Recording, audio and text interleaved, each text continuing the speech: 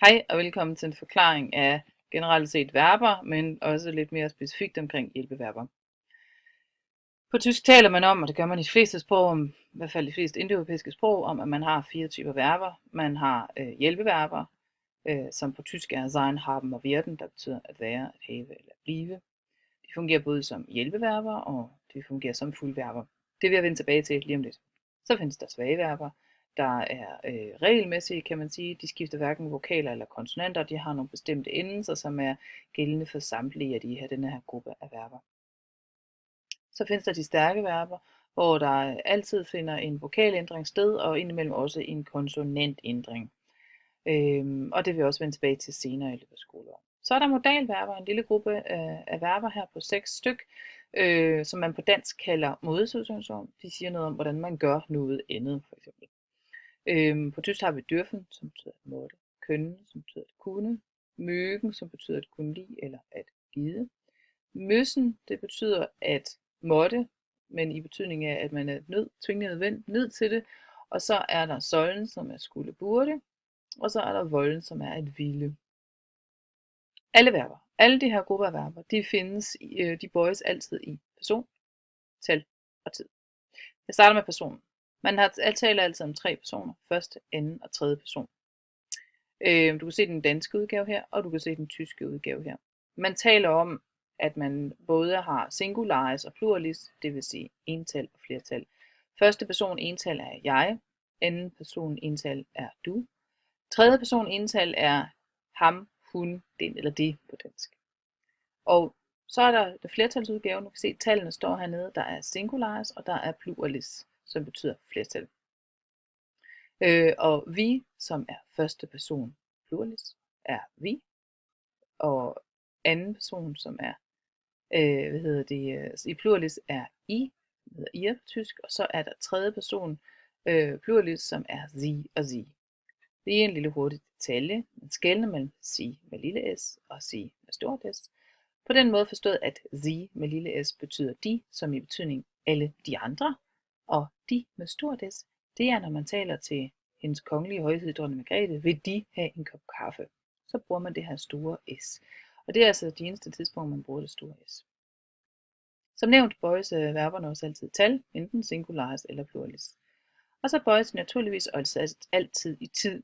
Og her taler man om 5 forskellige typer tid. Man taler om præsens, som er nutid, præteritum, som er datid, perfektum, som er før nutid, plusquamperfektum, som er før datid, og futurum, som er en fremtid.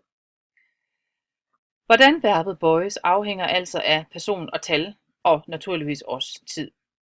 Det vil sige, hvis der for eksempel står du, så skal dit verbum bøjes i anden person, singularis. Så skal du bruge den her endelse, der hedder du kaufst einen Hund. Hvis der står de, så skal dit verbum bøjes i en tredje person pluralis. Så vil vi den her de, ikke? Sie kaufen einen Hund. Grunden til, at der står de med stort her, er fordi, at det kommer efter et punktum. Den tid, man skal gøre brug af, afhænger af den omgivende tekstsituation. Det er ikke så godt at sige, at vi sejler i går.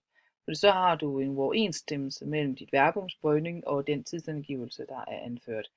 Men der er tidsmarkører, f.eks. gæsterne, højde og morgen osv., og det må man holde sig orienteret efter. Når man taler om tid, så taler man om, at der forekommer 2 typer tid. Der forekommer den usammensatte tid og den sammensatte tid. Den usammensatte tid er enkel og består kun af et verbum, og her taler man om tidsformerne præsens og præteritum. Hernede har du et eksempel på både og, altså både en i præsens og en i præteritum. Jeg køber en bil, det er nutid, ich kaufe ein Auto, og jeg købte en bil, ich kaufte ein Auto. Og her har du datidsformen med det der t, der tilføjes til. Som du kan se, forekommer der kun et verbum i de her 2 sætninger. Så er der den sammensatte tid, og her finder man perfektum, som er før nutid, plusquamperfektum, som er før datid, og futurum, som er en fremtidsform. Og hernede med sammensat tid kan du se, der er eksempler på, hvordan man bruger den her tid. Jeg har købt en bil. Det vil sige, at hvis man analyserer den her sætning, så skal man have bolle under både har og købt, og så skal man have krydset under jeget, og så en trekant under bilen. Ikke? Og på tysk bliver det til, ich habe ein Auto gekauft. Og her kan I se, at den er bøjet i første person singularis, som her. Og så har vi en form, der hedder, perfektum participium, som står herhenne. Det vil sige, at den sammensatte tid, som du kan se hernede, den består altid af et hjælpeverbum plus et hovedverbum, som er placeret i perfektum participium, som det man på dansk kalder kort tillægsform. Her har du et eksempel på plusquamperfektum. Jeg havde købt en bil. Vi har igen 2 boller, ikke også, fordi vi har 2 verber, og vi vil have en bolle her, og vi vil have en bolle her. Læg mærke til, at forskellen ligger her. Den står i nutid, den står i datid. Perfektum participium-formen er ens for begge tider. Så er der den sidste form, som er en fremtidsform. Jeg drømmer om, at jeg gerne vil købe en bil. Så det er noget, jeg skal gøre i fremtiden. Jeg vil købe en bil, og der bruger man werden som hjælpeverbum, og så har man infinitiven af kaufen. Så man skelner altså mellem en usammensat tid, der består af et verbum, og en sammensat tid, der består af hjælpeverbum plus et hovedverbum i plusquamperfektum. I perfektum participium. Og det er det, du skal holde dig for øje. Nu er det så, at vi kommer til hjælpeverberne, fordi der findes kun 3 hjælpeverber på tysk. Og det findes der primært også på dansk, ikke? Og det tror jeg, det gør de fleste sprog. Jeg kender ikke så mange sprog. Sein, haben og werden, at være, at have og eller at blive. Og de fungerer både som fuldverbum, det vil sige, at de kan stå alene. Peter ist ein guter Junge. Peter er en dejlig dreng. Das Auto hat eine Panne. Bilen har et uheld, og i morgen bliver en god dag. Her kan I se, at sein, haben og werden kan stå fuldstændig alene, og det kalder man, at de optræder som fuldverber. Men de optræder jo så også som hjælpeverber. Og her er det bliver super interessant og super vigtigt for jer. Her kan I se, at det er første person pluralis, sind, skal den bøjes som, jeg skal nok vende tilbage til bøjningsskemaet. Og her har vi så, hvor det optræder som hjælpeverbum. Her ser jeg hjælpeverbet, her ser jeg hovedverbet i perfektum participium. Og jeg det samme med ich hatte einen Hund gekauft. Altså her har vi en før nutid, og her har vi en før datid. Fordi hjælpeverbet står i datid. Ich hatte einen Hund gekauft. Her optræder haben som hjælpeverbum, mens hovedverbet er kaufen, der er sat i perfektum participium. Wird schon kommen, her har vi en fremtid, her har vi hjælpeverbet werden, og her har vi hovedverbet kommen, som står i infinitiv. Men det gælder altså kun i futurum, at man har et hovedverbum i infinitiv. En lille detalje det er, og det er ret vigtigt det her, hovedverbet sein tager altid hjælpeverbet sein. Og der kommer selvfølgelig et eksempel på det her. Mens man på dansk siger, jeg har været syg, bliver det på tysk til, ich bin krank gewesen. Det kan godt være, det lyder helt fjollet op i jeres hoved, men sådan er det. Og jeg havde været på ferie, bliver til tysk til, ich war in Urlaub gewesen. Og sådan er det bare, der er ikke så meget rafle om.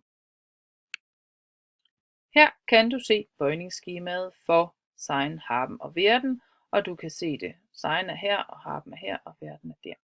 Og du kan se dem i alle tider. Her har vi præsens, præteritum, perfektum, plusquamperfektum og imperativ. Og her kan du se bøjningen. Ich bin, du bist, er, sie, es ist, wir sind, ihr seid, sie sind. Og det skal man bare lære, og det er sådan, det er.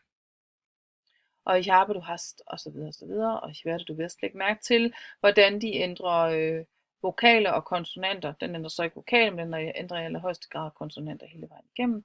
Her kan du se, der er sat NB ved det her perfektum, hvor at man altså har hjælpeverbet sein til hovedverbet sein. Og du kan se, at hjælpeverbet til haben er haben, og hjælpeverbet til werden er sein. Og her kan du se den i de forskellige tider. Det her bøjningsskema vil jeg virkelig anbefale dig, at du lærer udenad. Det er vigtigt, at du kan dine verbers bøjning, og det her er et rigtig udmærket sted at starte. Du finder det på side 28 i Alles in Allen. Ja, og hernede er der også understreget, at hjælpeverbet sein står som hjælpeverbet for hovedverbet sein. Det var kort om verberne. Det er vigtigt, du får det lært. Det er super vigtigt, du orienterer dig i det her.